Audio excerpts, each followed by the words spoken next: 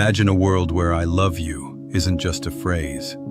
It's a sentence with structure, meaning, and syntax. A language born not in the mind, but in the heart.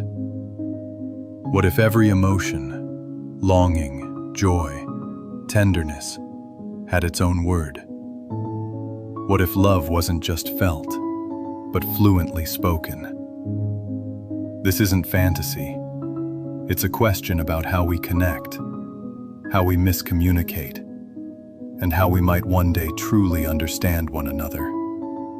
If only love itself had a language.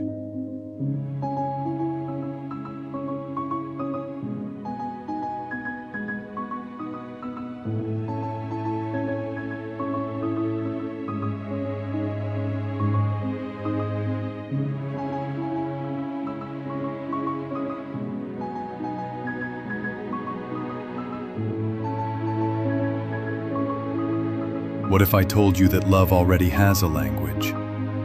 One we've been speaking since the beginning of time. We call it silence.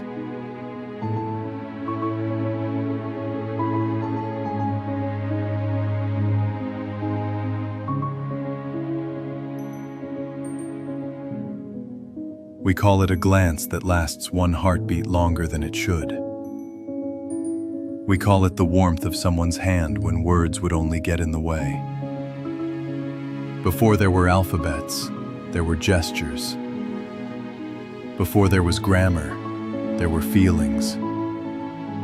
A look, a breath, a shared stillness. These were the first words in the vocabulary of love. And yet, for all our progress, we still struggle to say what we mean. Maybe love's first language was never spoken at all. It was felt.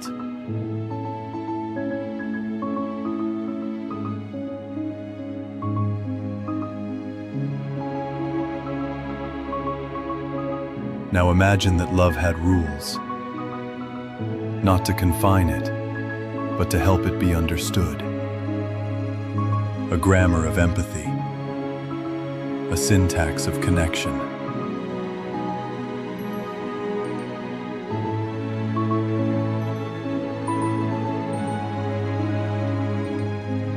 A vocabulary where every word reveals the shade of a feeling.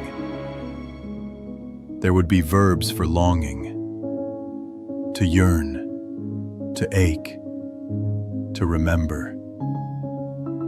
Nouns for shared moments, the silence of two souls breathing together. Adjectives for unspoken promises, the warmth before a goodbye.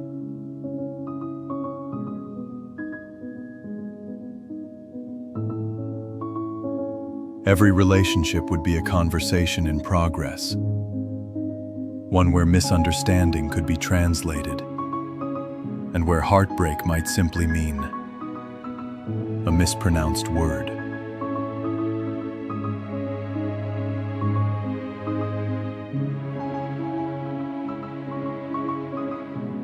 Language defines reality, and yet we lack the words for the most profound experiences.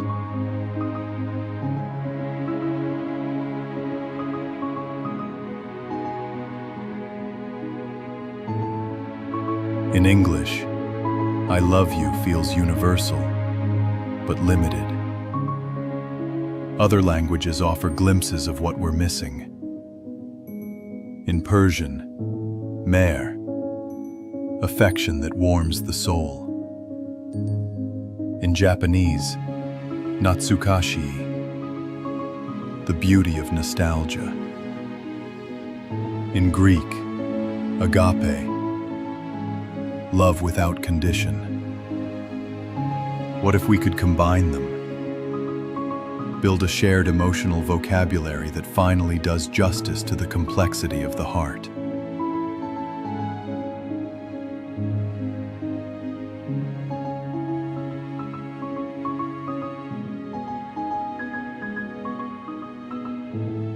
Because every heartbreak, every embrace, every sacrifice deserves more than 3 words.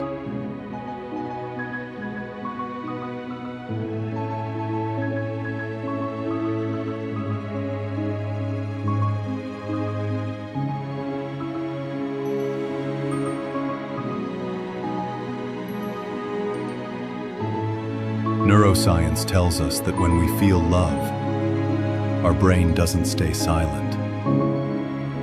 It speaks. Through chemicals like oxytocin and dopamine, our body sends signals, writes its own story. Each heartbeat is a syllable. Each touch is a sentence. Our nervous systems converse long before our mouths do. So maybe love is a language, not made of sound, but of biology. One that bypasses words entirely and speaks through the poetry of neurons, rhythm, and pulse. But if love has a language, why do we so often mistranslate it? Maybe it's because we listen to reply, not to understand. Because we mistake comfort for connection and habit for harmony. We use the same words. I love you. I'm sorry. I'm fine. But our meanings drift apart, like signals lost in static. We think we're speaking the same language, when in truth we're writing different stories. What if the greatest heartbreaks of our lives were not because love ended, but because love was misunderstood? So if love were a language, could we learn it? Would schools teach not grammar but empathy? Not spelling but silence? Would listening become an art again? Imagine textbooks filled not with rules, but with reflections. How to apologize in sincerity. How to say I see you without speaking. How to conjugate kindness in the present tense. Because the language of love isn't taught by repetition. It's learned through presence, through patience, through choosing to understand before being understood. Maybe love doesn't need a dictionary. Maybe we already speak it, just not fluently. Every act of kindness is a sentence, every sacrifice a paragraph, every heartbeat a punctuation mark reminding us that meaning doesn't live in words, it lives in intention. So, next time you say, I love you, remember, you're not reciting a phrase. You're speaking the oldest, most profound language in the universe, one that doesn't just cross borders but transcends them. If you enjoyed this video, don't forget to subscribe, click the notification bell, and share your thoughts in the comments below. Thank you.